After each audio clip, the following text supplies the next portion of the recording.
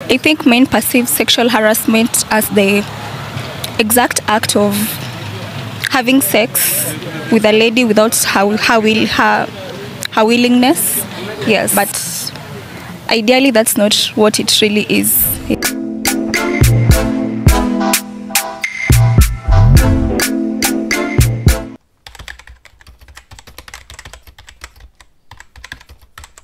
How are you? I'm good. How are you? I'm good. What's your name? My name is Anne Macharia. You need to say two names. Anne Macharia. My name is Anne Macharia.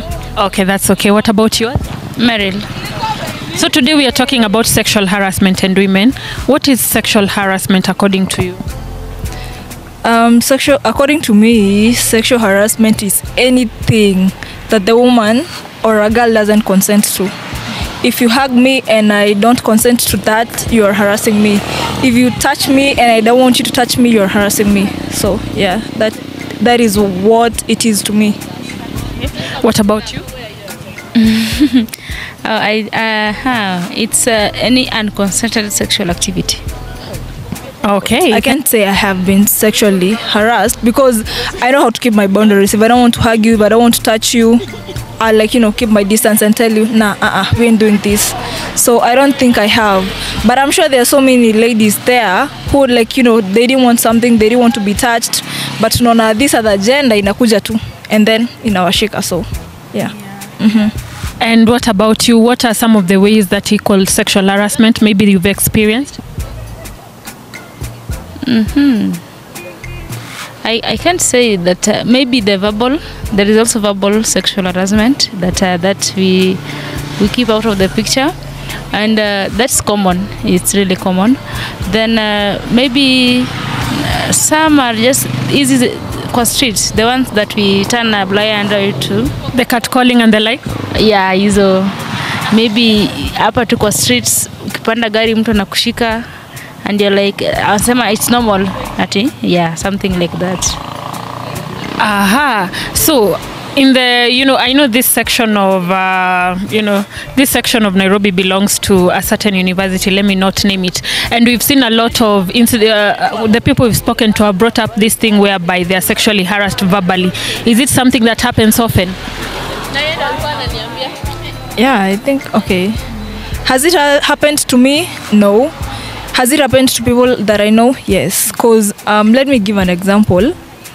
A guy will want you. Let me give the most basic example. A guy will want you and then he'll be like, no, I don't like you. And then he'll be like, unanikata kwani unadhani uko na nini? Unadhani umebeba, like unadhani, let me use a bad word. Unadhani pusi yako ni different na wengine. Unadhani uko na nini different. You see, like that kind of thing. They'll be like calling you ho, stuff. That is sexual harassment. It has not happened to me, but most of the girls in this school, I'm sure they go through it. They just don't speak about it. Yeah. What about you? Is it true that the verbal sexual harassment happens a lot? Yeah, it happens on a daily basis. That I'm sure. Just some are spoken, some are written online, some are even published in the blogs. We just don't think that sexual harassment can be verbal also. Yeah. So how do you think men perceive sexual harassment? I think men think that sexual harassment can only be in form of, rape. They only think rape is the only form of sexual harassment, because you will tell a man to stop touching you and he'll be like, unajiona skari aje? Because you see, he doesn't see that is a bad thing. He's okay, he sees that, he thinks that is so okay, but it is not okay. Give me my space, I don't want to be touched, don't touch me. But most of them don't respect that. They will touch you however they want and stuff. And then ukiwambia they're like, sijaku rape. I've had I had an incident where I caught guys laughing. Ati wameguza msichana na amelia. Ama amewambia wasimguze. So they were making fun of it, which was not okay, because that girl wants to be respected and they did not respect her.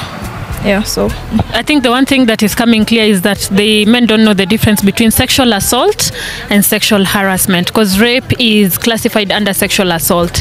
Yes. And what about you? How do you think men perceive sexual harassment? I think they take it as a basic thing, a normal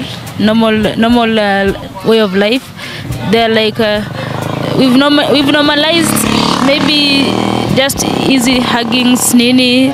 So they extend the physical touch even when you're not when even without your consent. So I think that it's perceived as something common. They don't see anything wrong with touching a lady's breasts, the back. They don't see anything wrong with it because we've normalized it among our age group. Yeah, and also it's not, they don't have an idea that hiyo pia ni part of sexual harassment. Just the way she said, they think sexual harassment only it's when it gets to rape or other acts. Okay, thank you so much, ladies. You guys have very good point. I feel like it's when a gentleman or woman makes advances to you that end up making you feel uncomfortable, that actually seems sexual. Yeah, I think that's what sexual harassment. I think when a man does something against your will sexually, that is.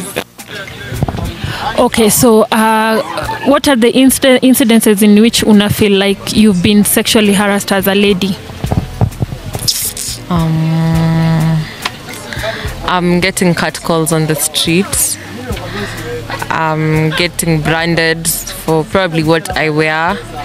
Okay, like maybe a certain type of dressing is associated with a certain type of people. For example, short skirts or something associated with being a whore. When men actually get into my personal space, like touch me, I don't know, follow me. I've actually been followed home and elsewhere, even in public places, just men follow you everywhere. So yeah, those are a few, I think. Yeah, so that's a few sexual harassment incidences I've gone through personally. Okay, what about you? I have no experience. As a lady, Experience it personally.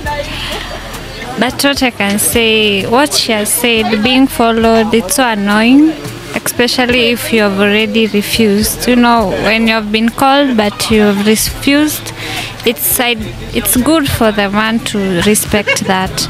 And also being touched. Sometimes even when you're in these crowded areas, you are touched when you turn. I want him too. So it's not good. That is sort of sexual harassment, according to me. I know you've touched on something. You've said like incidences of stalking. Can you maybe give us an experience and how it made you feel and how you overcame it or handled it?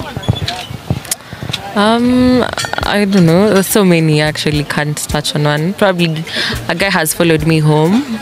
Just recently, some man old enough to be my dad followed me in town. We were in the same matatu, and then afterwards followed me everywhere in town. So I had to run because though it was in broad daylight, I felt like I couldn't scream for help and anyone would help me.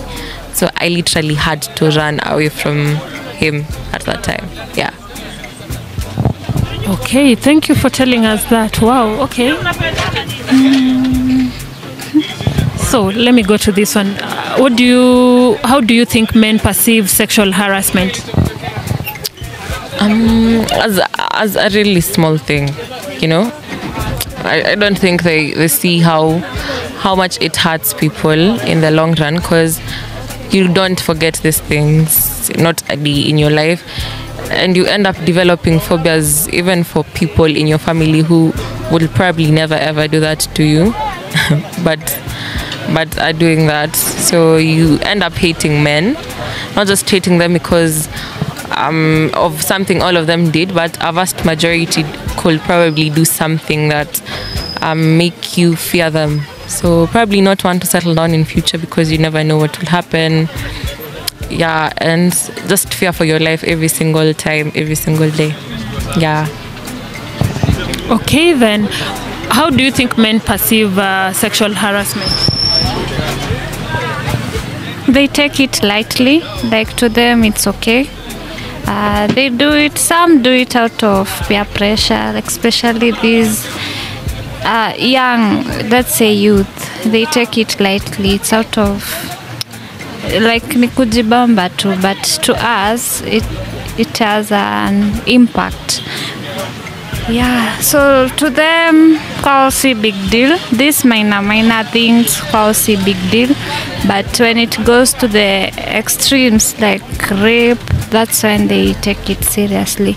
But for me, I think it starts from these small things, then it leads to the bigger one, which is we should now start with the small things.